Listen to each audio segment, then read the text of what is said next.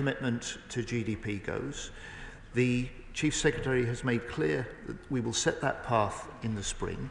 And the Prime Minister said, and I remind the House, Mr. Speaker, back at the Washington summit, NATO summit in July, that it was a question of the strategic defence review first, and then the commitment and the path to 2.5%. Alex Baker. Thank you, Mr. Speaker. My constituency is home to many SMEs contributing to our UK defence sector. What steps are the government taking to ensure that submissions from SMEs to the Strategic Defence Review are given equal weighting and consideration compared to submissions from prime contractors in order to support innovation, job creation and competition within the UK defence sector? Well, my honourable friend is absolutely right, and the Shadow Defence Secretary will recognise this better than anyone else in the House, the role that the small, medium and growing companies can play in our defence and security sector. It's one of the reasons, Mr. Speaker, that within days of getting this job, I didn't just want to sit and meet, as I did, the big leading defence companies. I did a similar meeting and a briefing on the approach this government would take with small and medium-sized companies, including growing companies in the defence sector. And as far as the Strategic Defence Review goes, this will be and is a really important focus for them as they consider the reforms needed and the long-term industrial strategy required in order to deliver stronger defences for this country. Josh Dewberry. Number 4, please, Mr. Speaker. Minister. With permission, Mr. Speaker, I would like to answer questions 4 and 20 together. This government has already begun to modernise and refine our policies and processes to attract and retain the best possible talent in our armed forces. We are delivering for defence with a 35% pay increase for new recruits, one of the largest pay increases in the last 20 years for existing personnel, scrapping over 100 outdated medical policies, and setting an ambition to make a conditional offer of employment to candidates within 10 days and a provisional training start date within 30 days. Josh Dewberry. Thank you, Mr. Speaker. From cadets to regulars and reservists, it's clear that we must urgently tackle the recruitment and retention crisis presided over by the last government.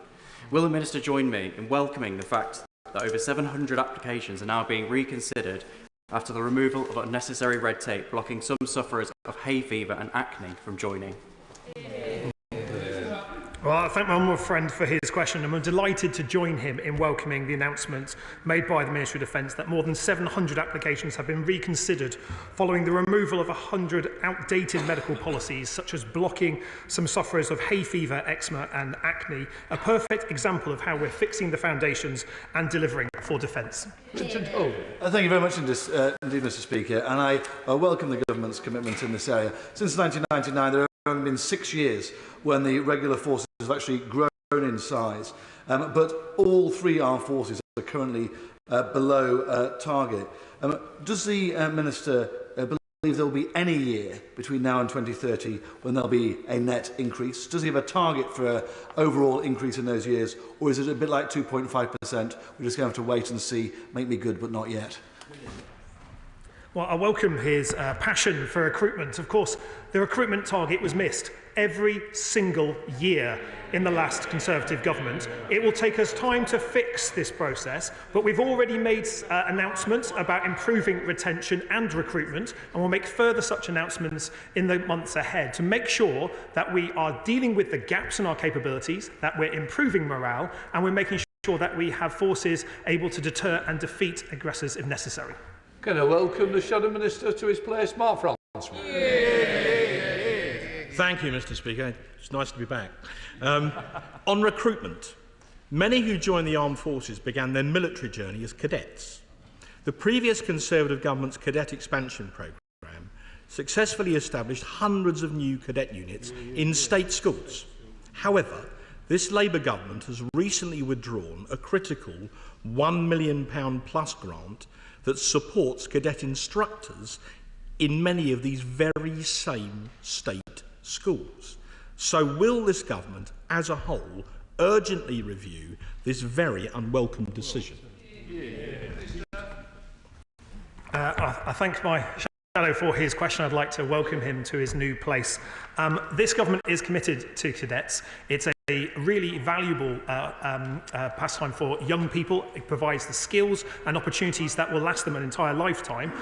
My colleague, the Minister for Veterans and People, is reviewing the cadet force at the moment to make sure they can continue to play a really important part for young people and support the overall mission of defence as well. Mark France. I welcome his kind welcome. But on retention now, how can we persuade people to remain in our armed forces if they sense the new government doesn't really have their back? In that context, will the Ministry of Defence now start defending its own veterans within Whitehall and argue that the perverse plan to repeal the Northern Ireland Legacy Bill should be abandoned as soon as possible? I had such high hopes for him as my shadow as well on this one here. Let me be very clear. This government is renewing the contract between the nation and those who serve, a contract that had been eroded over 14 years. Black mould in military accommodation, falling morale, gaps in our capabilities will not only be making sure that we're supporting retention and recruitment, but through the work that my colleague, the Defence Secretary, does in Cabinet, and the Minister for Veterans and People will be supporting our veterans as well. Liberal Democrat spokesperson Helen Maguire. Thank you, Mr. Speaker. I've heard from a number of young people who've tried to join the military only to be met with long waits for their medical assessment. I understand the need for applicants to be thoroughly assessed, but we are losing valuable recruits due to the processing time. Many cannot afford to wait around, and ultimately they choose a different path. How is the Minister ensuring the medical assessment process runs efficiently?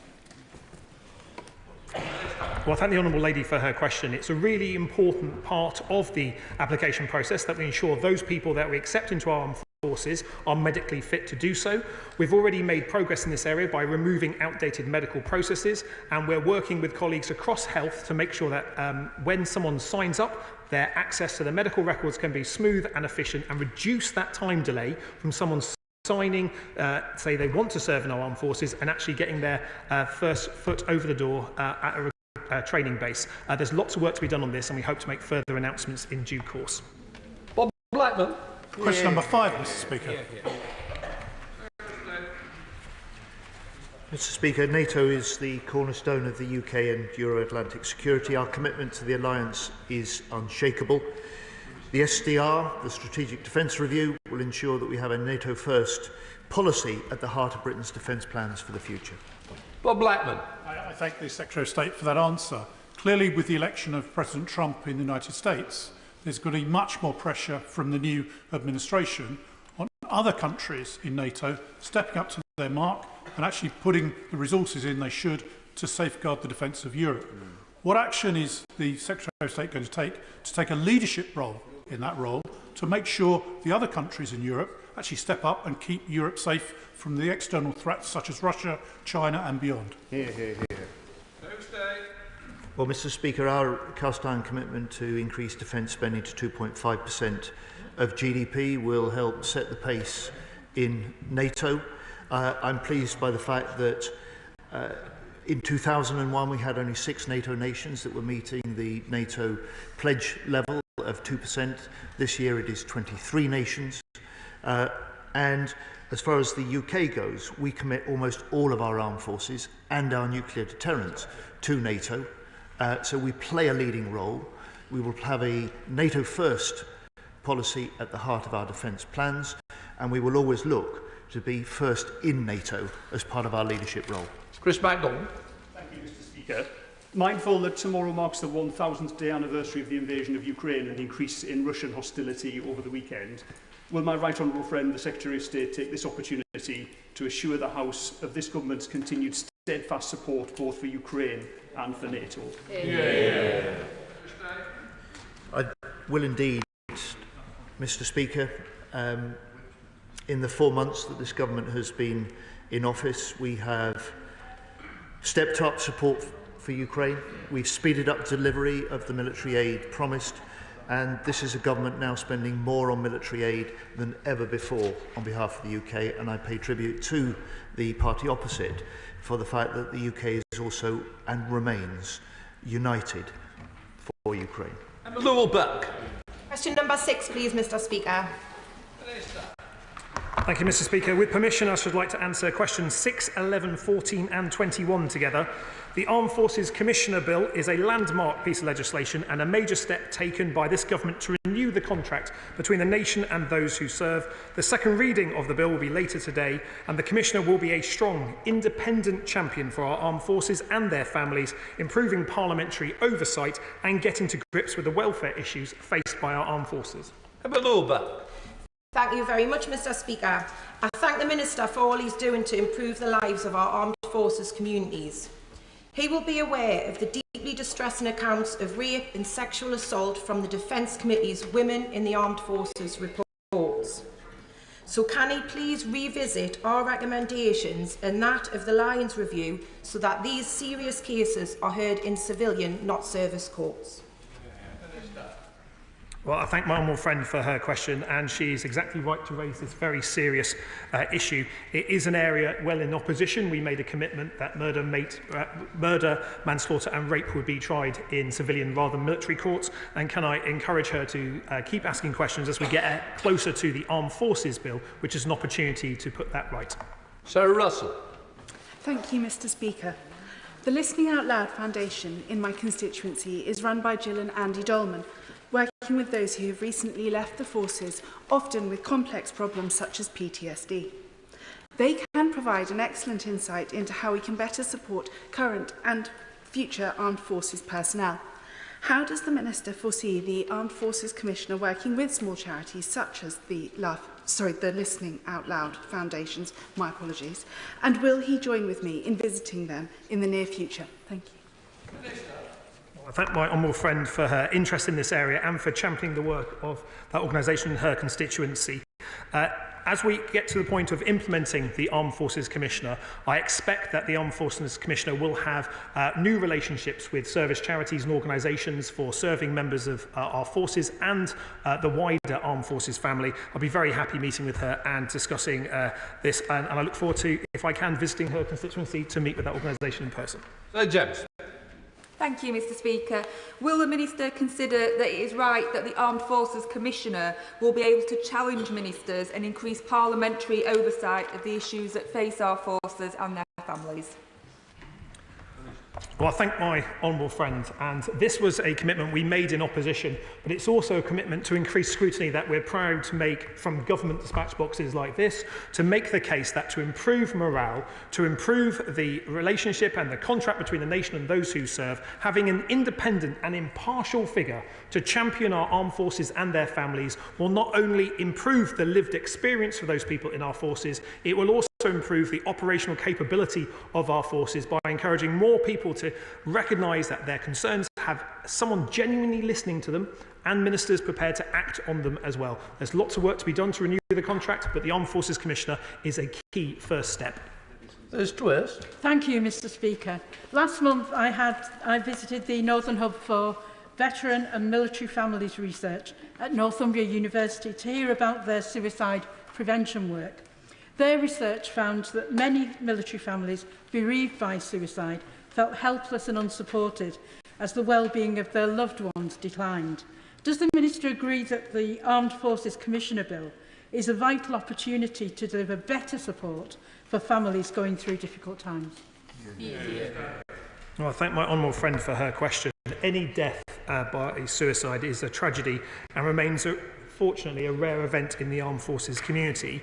But it's positive to hear of the work of Northumbria University in this area.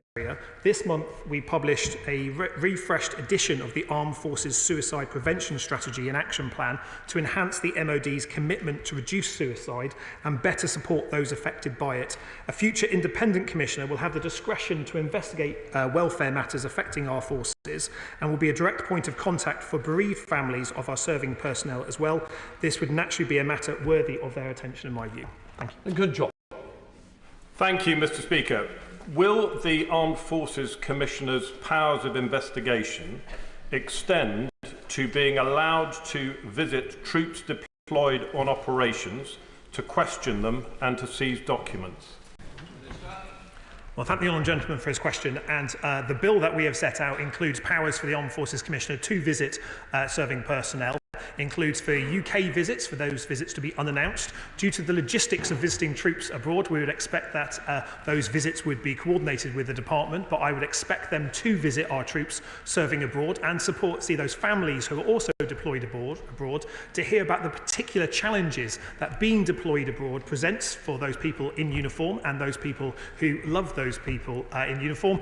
And we've got lots of work to do, but I'd be grateful for him raising that in the second reading of the bill later on today, where I can respond in more detail.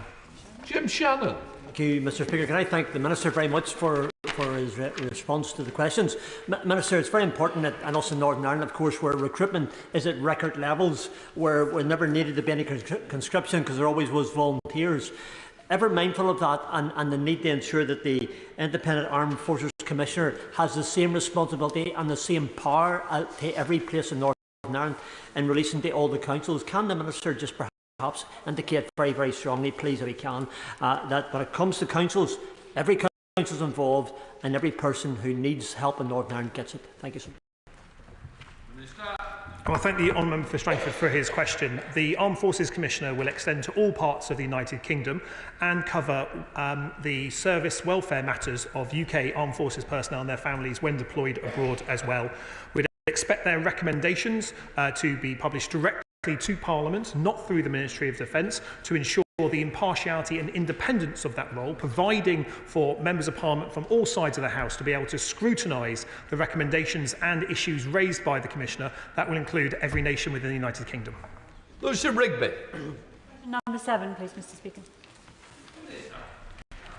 Thank you, and I'd like to thank my honourable friend for her question. This government is getting on with delivering for defence to make Britain secure at home and strong abroad. The UK remains a leading voice in NATO on missile defence, which we see as a cross-government and international effort. We're working to enhance our missile defence capabilities, modernising our approach to air and missile defence, both for our own forces and with our NATO allies. Lucia Rigby. Thank you, Mr. Speaker. At last month's NATO Defence Ministers meeting, the Secretary of State agreed to step up for cooperation with our NATO allies on missile defence and cutting-edge long-range missiles. Does the Minister agree with me that a focus on integrating NATO's missile defence is key to strengthening European security? Yes, Mr. Speaker, I do.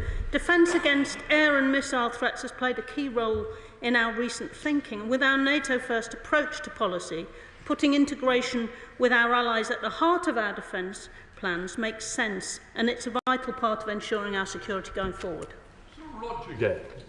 Mr. Speaker, will the United Kingdom, preferably in tandem with our European colleagues, but if necessary bilaterally with the United States, align with the United States in permitting Ukraine to use the missile defence systems that we have supplied as it sees fit in its own defence?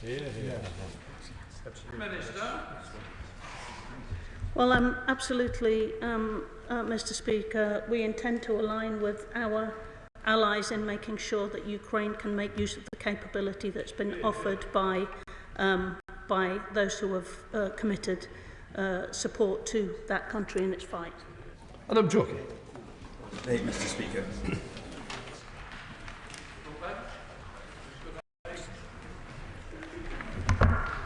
I'd like to thank the honourable gentleman for his question. This is a government of service that will always stand up for those who serve our country. I'm steadfast in my commitment to deliver improved services for veterans nationwide, including those in Newcastle-under-Lyme. I'm working to ensure there is a dedicated structure and support mechanism for veterans that is more institutionally resilient through working across government and with devolved administrations. Thank you, Mr. Speaker, and I'm grateful to the Minister for his answer. Mr. Speaker, our veterans are on the front line as they defend our country, and they are on the front line when it comes to seeking meaningful support to get on with their lives when they get home. Will the Minister join me in paying tribute to the Tri-Services Veterans Centre in Newcastle-under-Lyme, led by Chairman Jeff Harriman, for all the work that they do, and will he come to visit the centre, meet our veterans and show them the support that they deserve? Minister.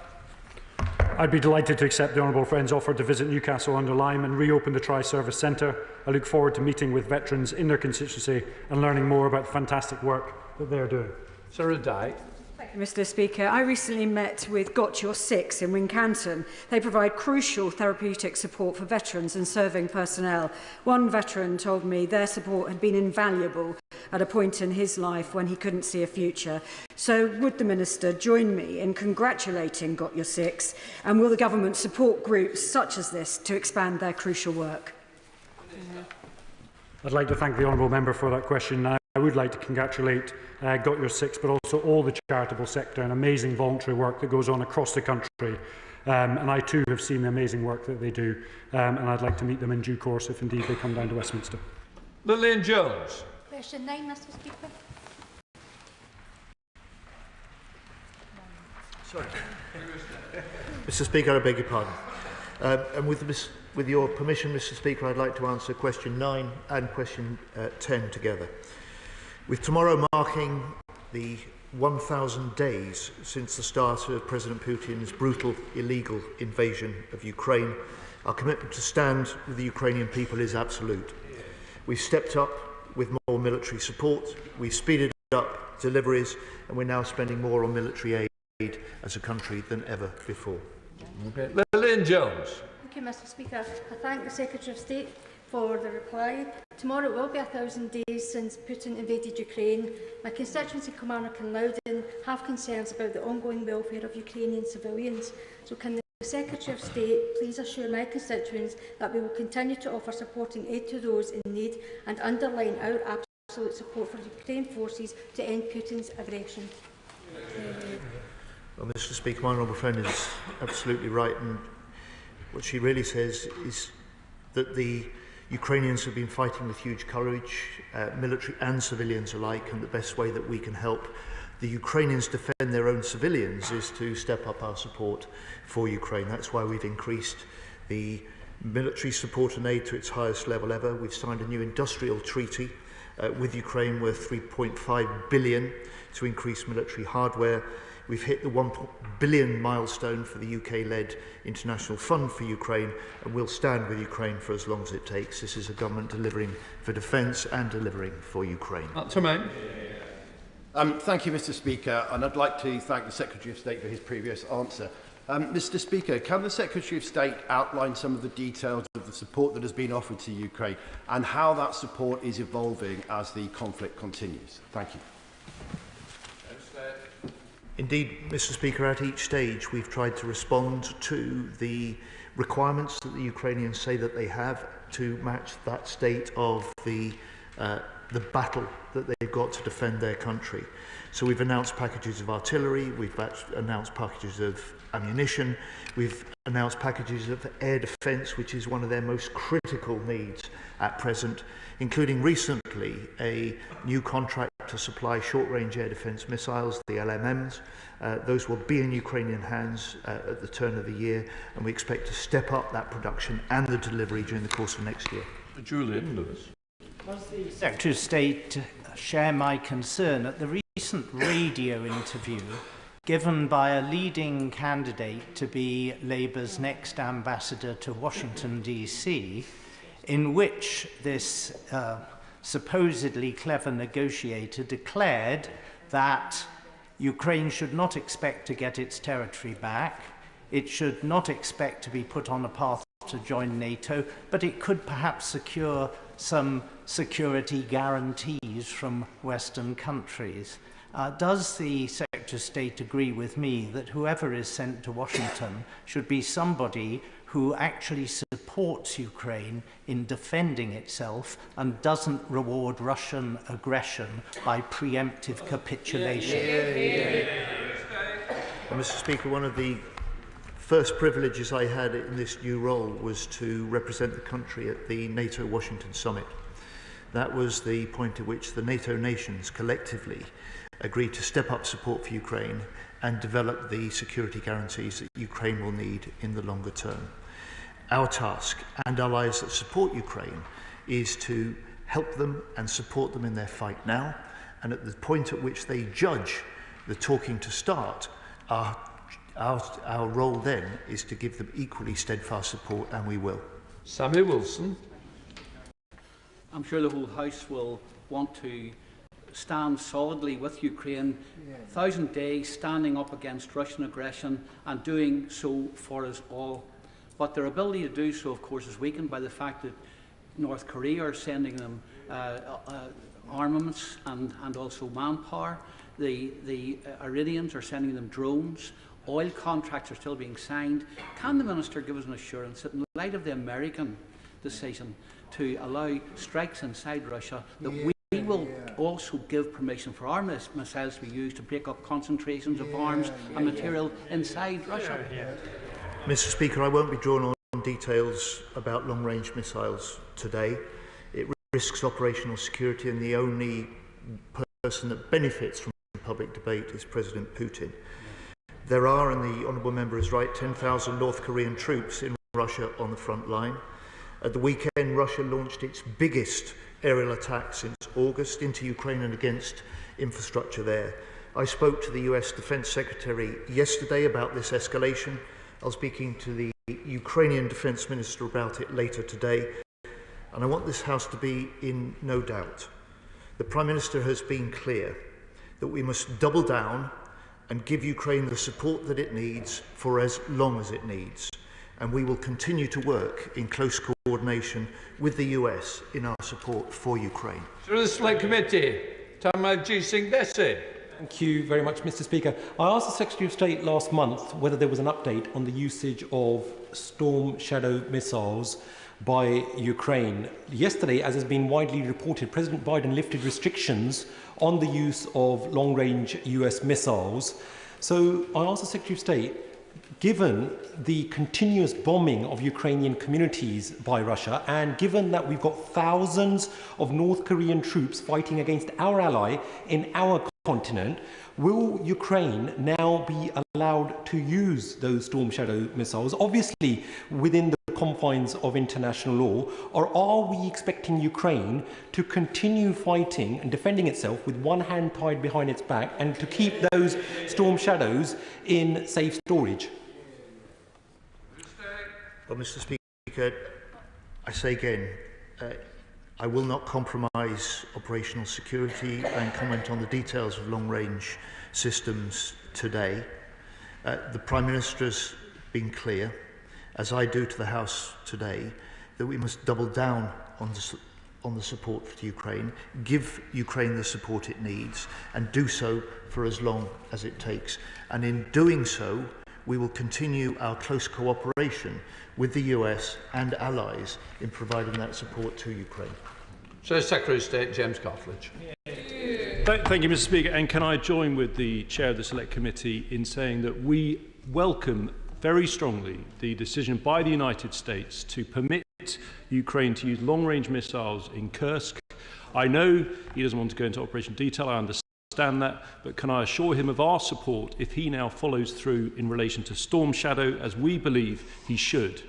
But does he agree with me? There will be those who talk about escalation, but the only escalation that matters here is 10,000 North Korean troops on the ground supporting Russia in their illegal war.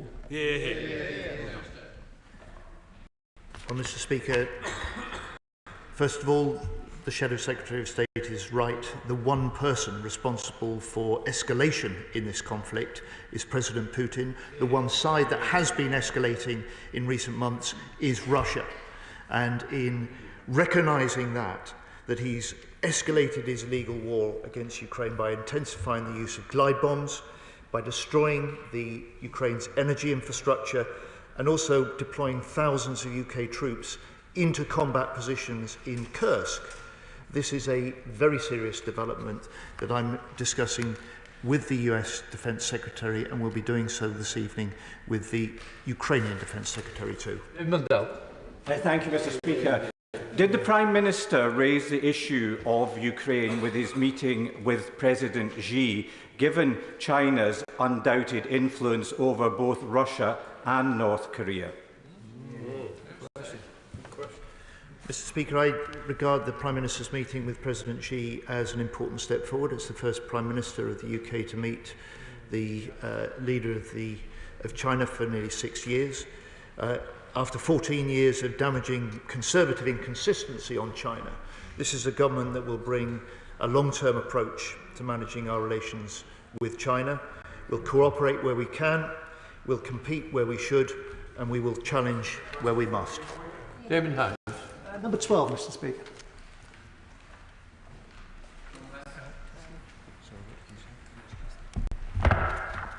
I thank the honourable member for the question. I've visited various cadet units and I'm constantly in awe with the work that they do, not only to increase the social mobility, but they improve the health and well-being of various young people across the country. And they produce an annual return on investment in the region of 95 million. We're committed to sustaining the cadet forces across the UK, and we continue to invest in cadet expansion in schools so even more young people, particularly in the state sector, can benefit from being in the cadets.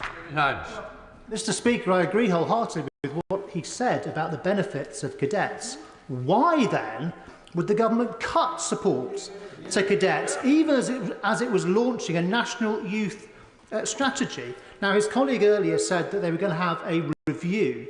The question is, can this gap in support be plugged? Can the school staff instructor grant be restored so that more children, hopefully many more children, in state schools can benefit from joining the cadets? So I would like to state that I'm conducting a review both into cadets and reserves. The cadet expansion programme will still receive the £3.6 million in government funding through the Ministry of Defence, and I can reassure the honourable member that we're fully committed to supporting the cadet expansion programme. And I'd like to speak to the right honourable member in due course about our review once complete. Jeremy Corbyn. Mr. Speaker. Mr. Speaker, we recognise the serious risks posed by the use of nuclear weapons. It was a Labour Prime Minister who signed the Non-Proliferation Treaty in 1968. The UK remains fully committed to the multilateral non-proliferation aims of a world without nuclear weapons. We also have a triple lock commitment on our nuclear deterrent, which is a vital part of UK defence and deterrence. Jeremy Corbyn. Thank you, Mr. Speaker. According to the Nuclear Information Service, there have been 110 historic incidents involving UK nuclear weapons. There have been well-recorded 25 near misses between Russia and the United States and formerly with the Soviet Union. In that context, could the Minister explain why, on November the 1st, when the United Nations General Assembly was invited to vote on establishing a panel for a scientific study on the effects of nuclear weapons, Britain, Russia and France were the only three countries to vote against its establishment? Fortunately, this committee was established. Could the Minister assure the House that Britain will fully cooperate with examining what the effects of devastation would be if nuclear weapons are ever used?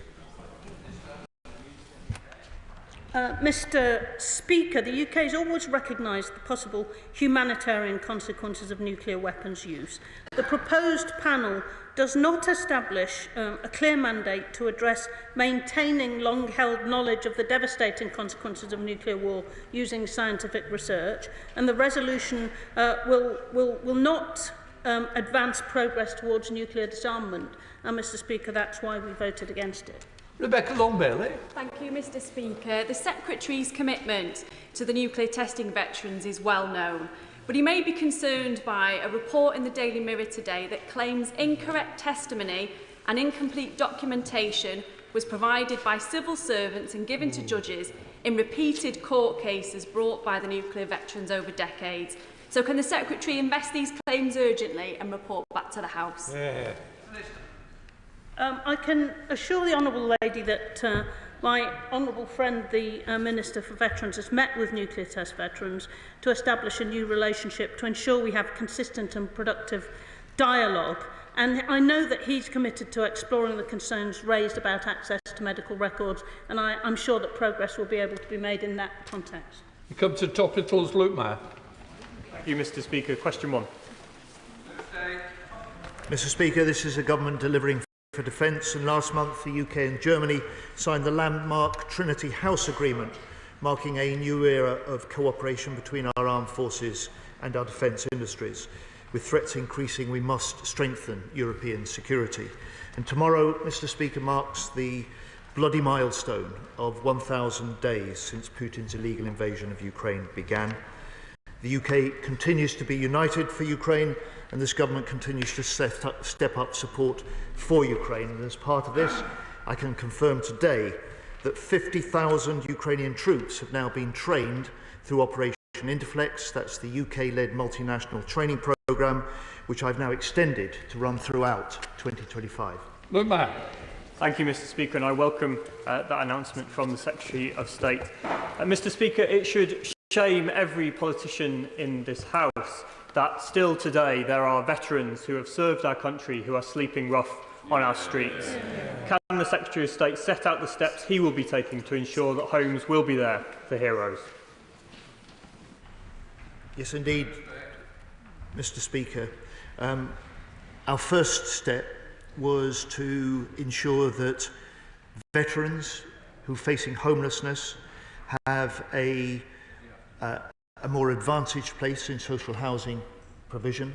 That was announced by the Prime Minister in his Labour Party conference speech and will be followed up by the Deputy Prime Minister in changes to the arrangements for local authorities' guidance. On the eve of Remembrance Weekend this weekend, we also made the pledge of 3.5 million to help with homeless veterans as well. Right, Shadow Secretary of State James Cottridge. Thank you, Mr. Speaker. In relation to the cost of renting back our own military base on the Chagos Islands, last week the Minister of State for the Foreign Office, the Honourable Member for Cardiff South and Penarth, said that the reason the government refused to tell us what the cost will be is, and I quote, "It is not normal practice for the UK to reveal the value of payments for military bases anywhere across the globe." Is that correct? Speaker, it is correct, but it is also true to say that the treaty is in the UK-US legal and national security interests, which is why the US Defence Secretary welcomed the agreement, which he said will safeguard the strategic security interests of the United Kingdom and the United States into the next century. James Cottridge. Speaker. But he says it's true that it's not normal practice for the UK to reveal the value of payments for military bases. Actually, Mr. Speaker, there have been several written answers under this government and previous ones giving the costs of overseas bases. Just for example, November 2015, the then Minister for the Armed Forces, Penny Mordaunt, no less, revealed in written answer the cost of 10 overseas bases, including Diego Garcia and including the cost of leases. The reason for withholding the cost does not stack up. What has he got to hide from Parliament? Absolutely nothing, Mr. Speaker, and nor will we. It's a matter, of course, to confirm running costs for bases. What we're talking about here is an agreement leading to a treaty that will be put before this House. I've said this to the House and to the Right Honourable Gentleman. We will set out the costs and the details of that treaty in due course when the House comes to consider the treaty itself. Sally James. Thank you, Mr. Speaker. In Doncaster, we are proud to have an Armed Forces Covenant Coordinator, the fantastic Teresa Hodgson, and a Doncaster Armed Forces Covenant Board, which is a coalition of groups and organisations who are committed to supporting the Armed Forces community in Doncaster. Will the Minister visit my constituency to speak to the board and discuss the action that the government are taking to support veterans facing homelessness? I'd like to thank the honourable member. I would love to come and visit your constituency and talk through that and reaffirm that the Covenant will go into law in the next 2 to 3 years, and that work is progressing as I speak. Liberal Democrat spokesperson Ellen Maguire. Thank you, Mr. Speaker. Tomorrow marks 1,000 days since the illegal invasion of Ukraine. Now, with the incumbent White House administration casting doubts on the US's continued support for Ukraine, I re-echo calls heard today from across the House urging the Minister to confirm that the government plans to authorise the use of Storm Shadow missiles in Russia. Mr. Speaker, I'd urge the Honourable Lady to look back on the record to the answer that I gave 2 or 3 times already to this House. Strickland. Can I thank the Secretary of State for Defence for his decisive action to safeguard the Octrick semiconductor factory in Newton Aycliffe in my constituency, protecting jobs and, crucially, sovereign supply of this vital defence component. Will my right honourable friend meet with me to discuss how we can expand the jobs, apprenticeships and opportunities at this fantastic high-tech facility? Thank my honourable friend for his question. The MOD will continue to invest in the company's people to ensure the facility has a sustainable future. Octric's leadership team are currently finalising their future resource plan, which will cover the need for new high-tech roles, such as engineers and scientists, to ensure the facility is best placed to develop new technology and meet defence needs. And I'm more than happy to meet him about it. Katie Lamb.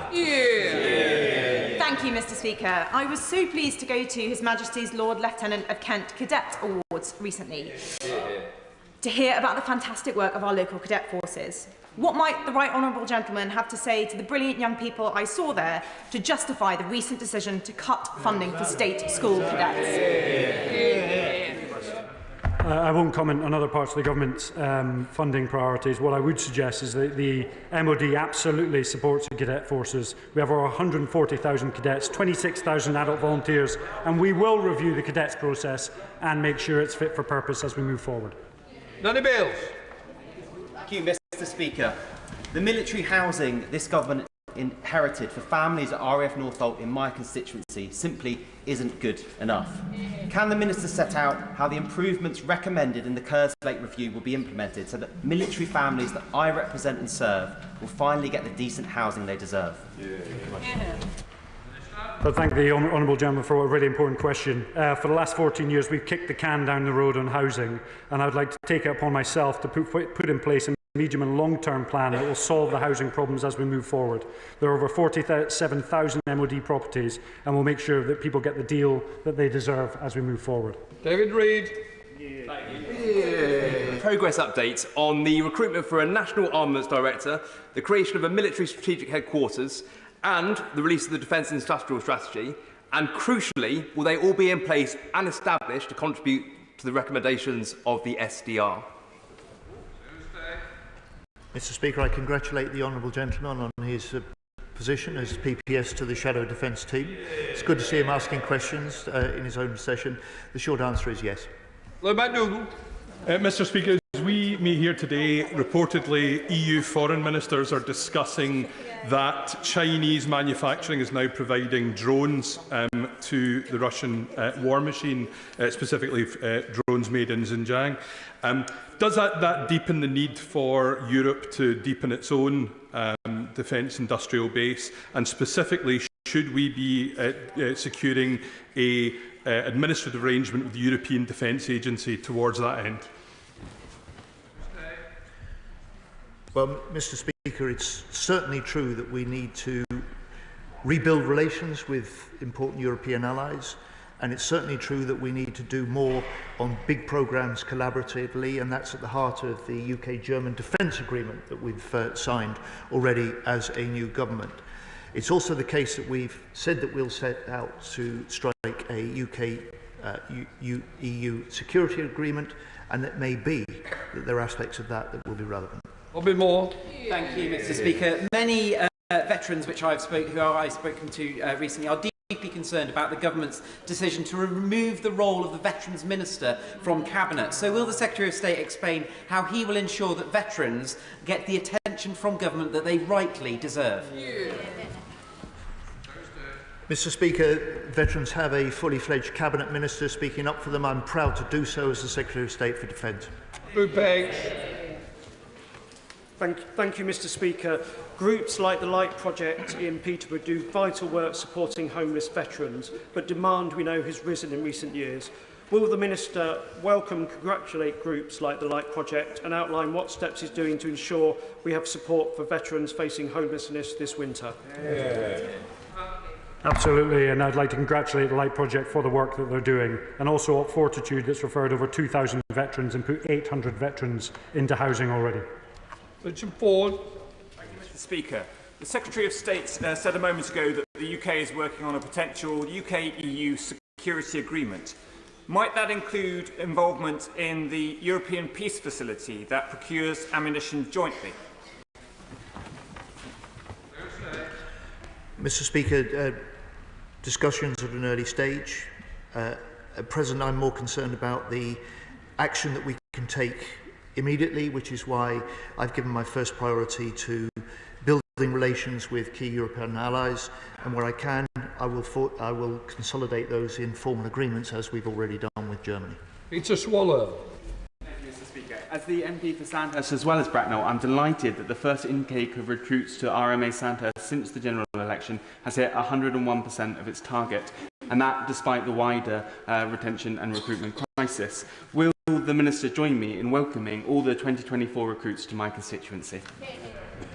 Well, thank the honourable gentleman for his question. I'd like to congratulate all those starting their military careers at Sandhurst and across our defence training estate. A career in the armed forces is a good career that supports our national defence, and I'd like to encourage more people to look at a good career in the armed forces, either joining for the first time or rejoining.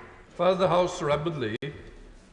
Now that this month the government has announced that they are putting RAF Scampton back on the market, and the luckless Home Office is now, thank God, out of the picture, the excellent MOD and this brilliant cast of ministers is now very much in the picture.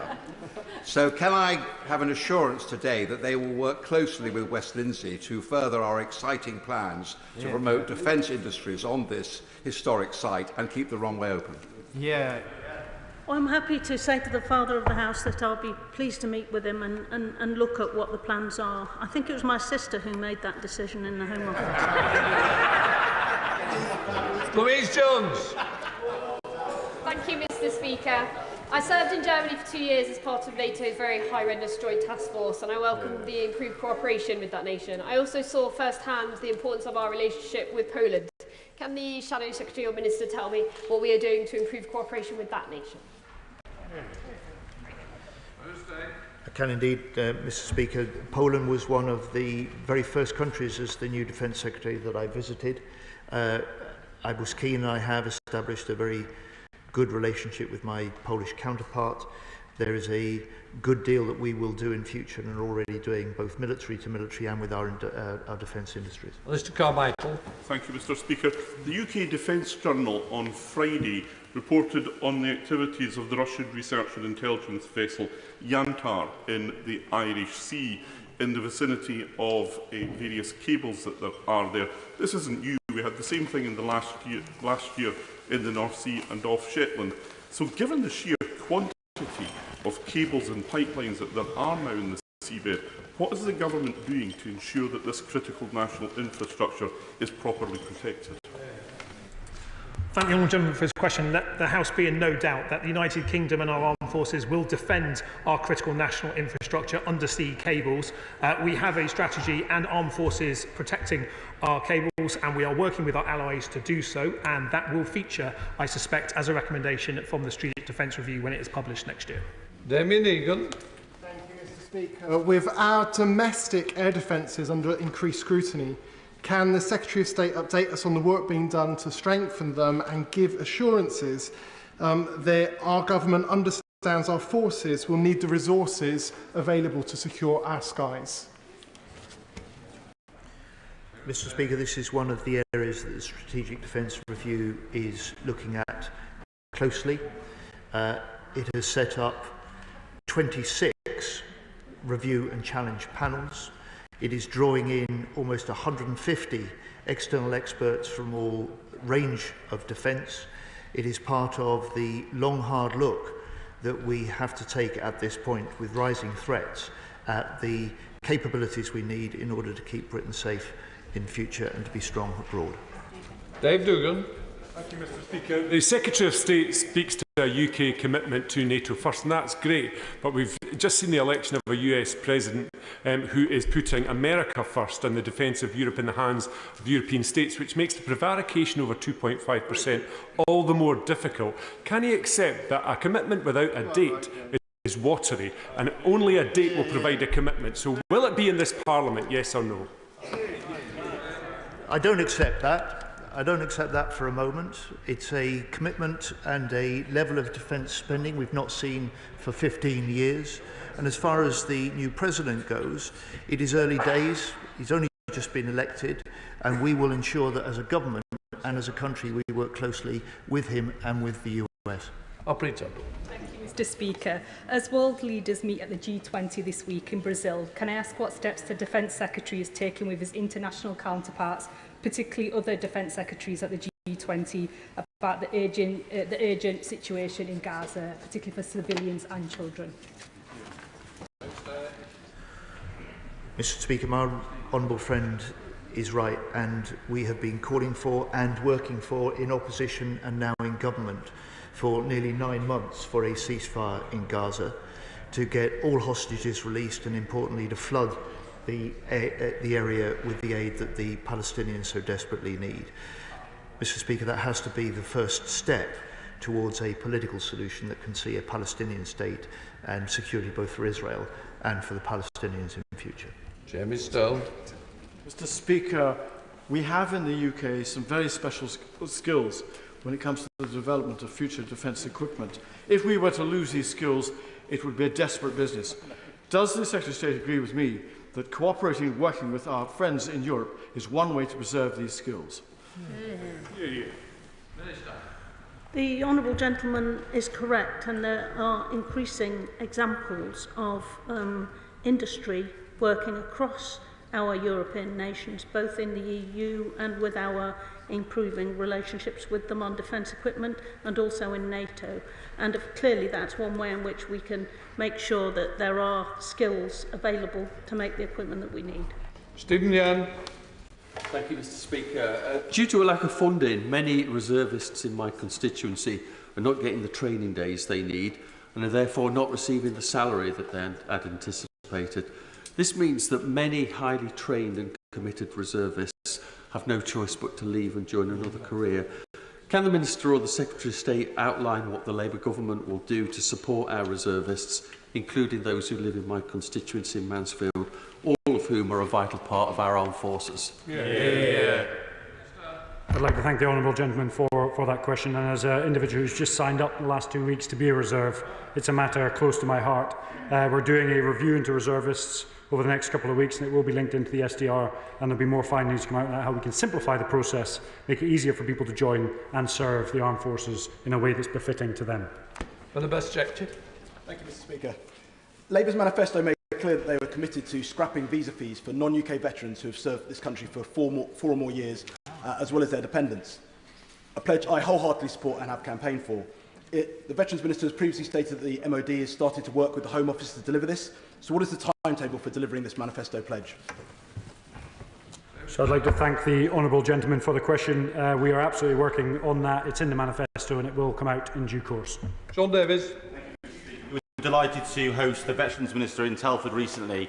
In a survey of the veterans community in Telford, healthcare and access to healthcare was the top priority. What work is the Department for the Defence doing with the Health Minister to improve the access for veterans to healthcare, in particular mental health care?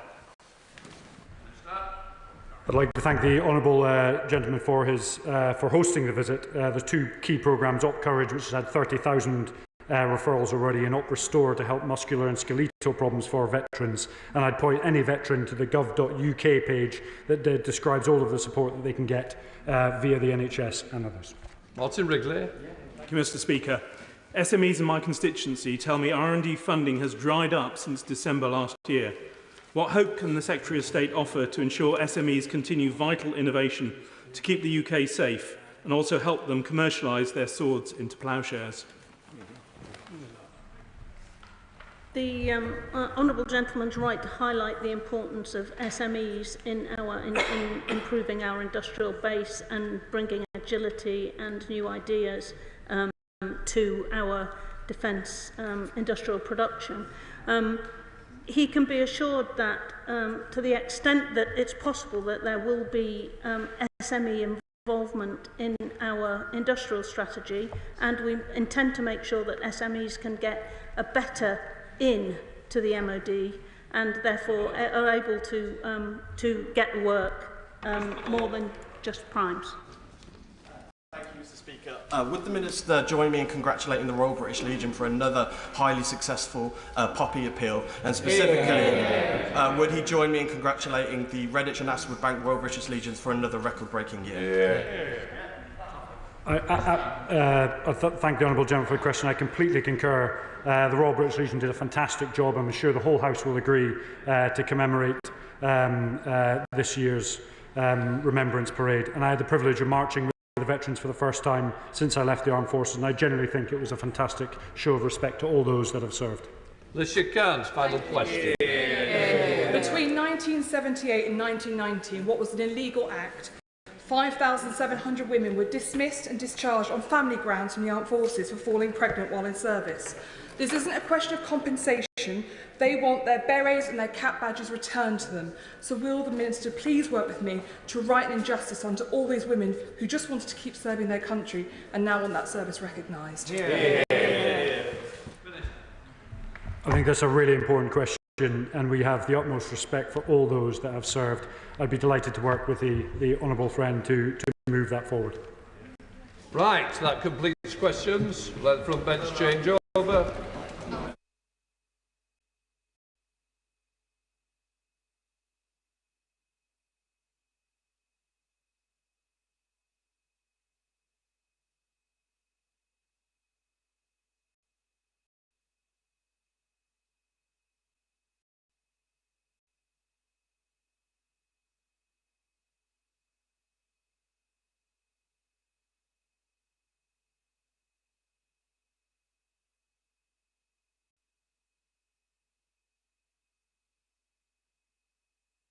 Right, let us come to the first.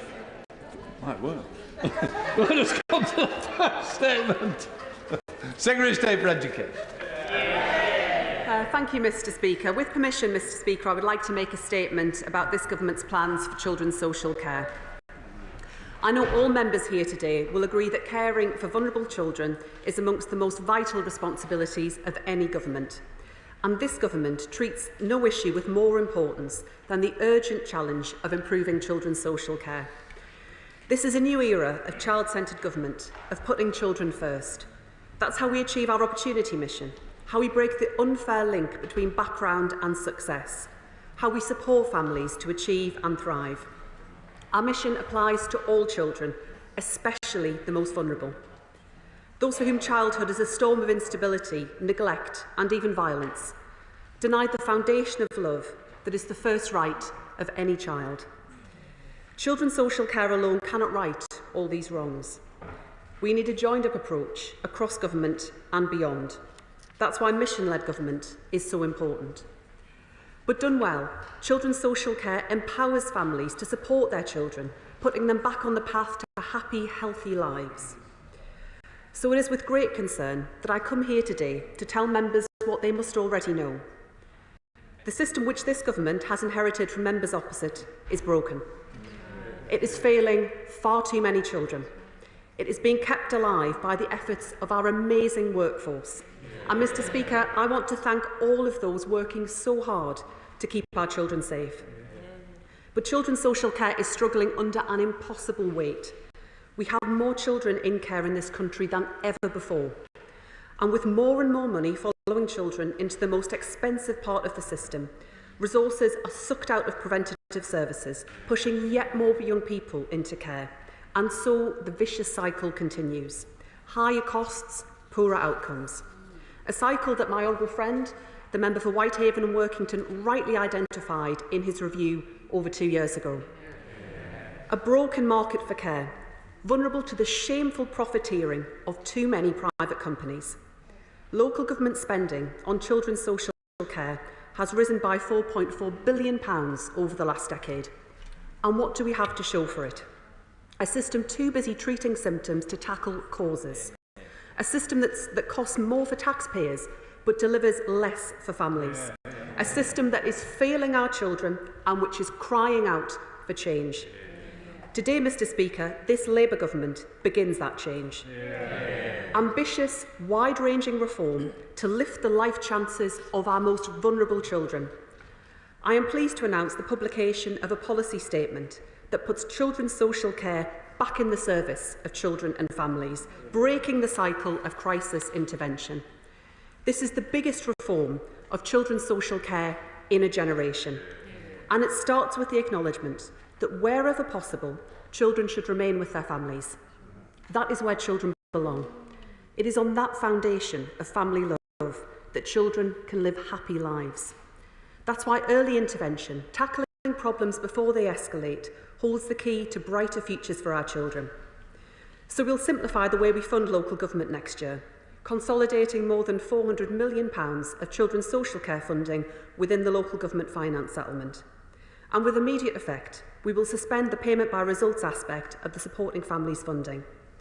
We'll renew the way that we work with the sector, co-designing services together to meet the needs of children and families in their communities.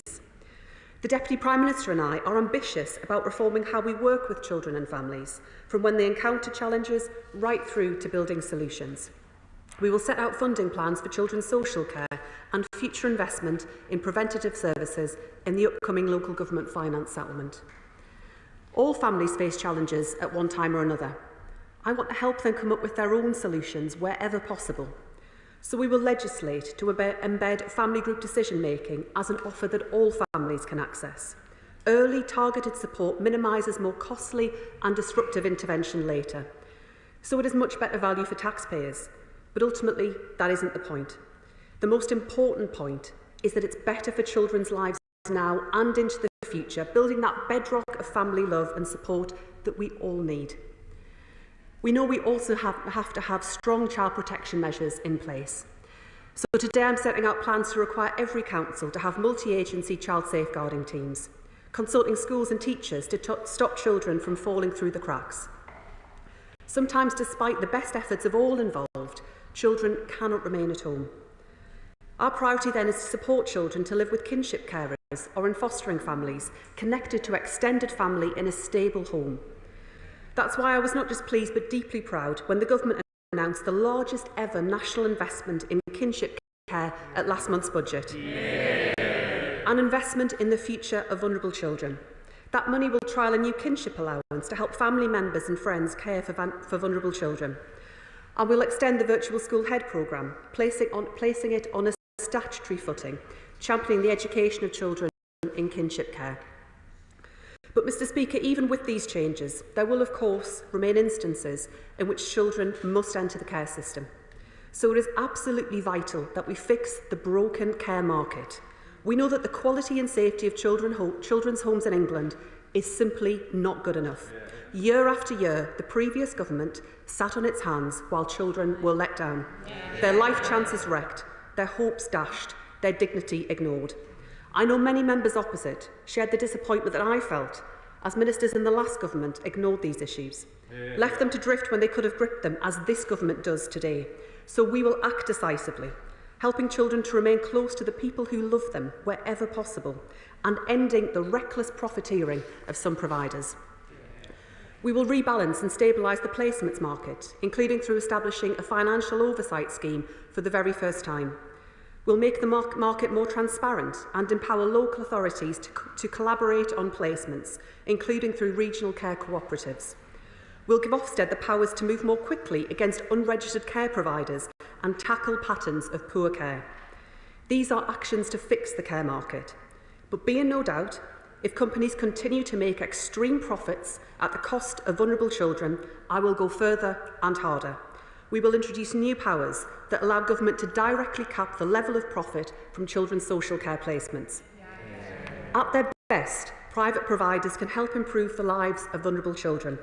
But where the focus drifts towards exploitation in the pursuit of profit, be in no doubt, I will act.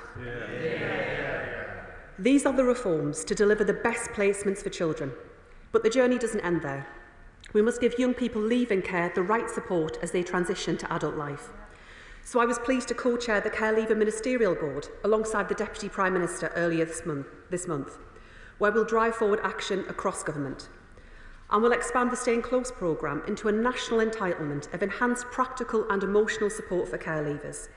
It's time to fix the foundations of children's social care, investing the groundwork for a stronger sector, and that includes data. We will deliver on our manifesto commitment to improve the sharing of information for the benefit of all children, including those in care. And we'll change the law in two ways. Firstly, to introduce provisions for a single unique child identifier to join up data from different services. A further step towards ensuring services work harder for children, parents and professionals. And secondly, to establish a new duty, providing a clear legal basis for those working with children to share information for the purposes of safeguarding. We are determined to make sure that children's social care is an excellent place to work. We've published online resources to improve the health and well-being of staff. And we're joining with the National Workload Action Group to cut unnecessary tasks, freeing up staff to concentrate on children and their families. And while agency workers can help manage fluctuations in demand, they are no substitute for a permanent workforce. Children and families deserve stable professional relationships.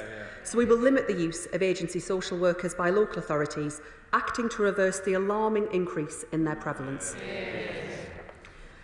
Mr. Speaker, every child deserves the best possible start in life, to grow up in a family filled with love. But not every child gets that. There are still far too many who lack the stability, safety and love they need to go on to happy and healthy lives. Our opportunity mission is for them. We are breaking down barriers for them, and the announcements I have brought to this House today are for them. But, Mr. Speaker, we cannot achieve this alone. Keeping children safe is everyone's business, not merely mine, not simply this government's, but the work of each of us in this House and all of us across this country. We need partnership with families, the workforce, carers, providers, health, police, schools and colleges, and yes, with members right across this House too. Today is the start of much needed change. Change that will fix children's social care. Change that will keep families together where possible and children safe where necessary. Change, Mr. Speaker, that will give each and every child the best start in life. The children of our great country deserve nothing less. And I commend this statement to the House. Shadow Secretary Laura Trott. Thank you, Mr. Speaker, and I thank the Secretary of State for advance sight of her statement. Mr. Speaker, I welcome the focus from the government today on children's social care and on the profiteering issues that we identified and set up the Market Intervention Advisory Group to look at when we were in government. However, the heart of the problem today is a lack of high-quality places available for looked-after children. That is what is causing the high cost of placements as demand is outstripping supply. A CMA report in 2022 did not recommend a profit cap because, and I quote, "The central problem facing the market is a lack of capacity." It concluded, Mr. Speaker, that taking measures to limit profitability of providers risks increasing the capacity shortfall. So while I absolutely share the Secretary of State's desire to ensure we're getting best value for the taxpayer in this sector, I would argue that the capacity issue is what we need to solve first. Otherwise, she risks, ironically, driving up prices and exacerbating the shortage of places. The last government took steps at the budget in April to address the capacity side, with £165 million allocated for building and maintaining placements for looked-after children.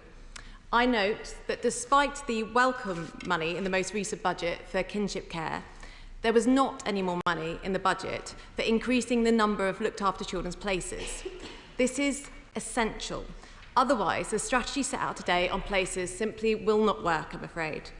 So can I ask the Secretary of State, what plans has she made for increasing the capacity of places for looked-after children? How much will she need to fund this? And did she ask the Treasury for this money at the most recent budget? What is the Secretary of State's assessment of the impact of the changes today that will have on the number of places available for looked-after children? The review carried out by the now member for Whitehaven and Workington, commissioned by the Conservatives in government, said that profit caps would not work, as it would be, and I quote, relatively easy for providers to reallocate income and expenditure to maintain profit levels. Does the Right Honourable Lady agree? And is the 8.8% level of profit she referred to this morning as a maximum level of profit that she is aiming for? And if not, what will it be? The capacity problem obviously rests both on the availability of places and the demand for those places. The Secretary of State has indicated that she would like to take steps on early intervention, which is obviously vital. These are not specified in the statement, but I hope she's able to bring them forward to the House at the earliest opportunity, as they are critical to solving this issue. The Secretary of State says in her statement that she wants to scrap payments by results. Can she inform the House, given this is an early intervention programme, on what evidence basis she's doing this? Does she have an evaluation of what scrapping it will actually do? We welcome much else in this statement, including the regional care cooperatives, multi-agency teams and the enhanced role of Ofsted in the sector. On the latter, can the Secretary of State outline whether she's making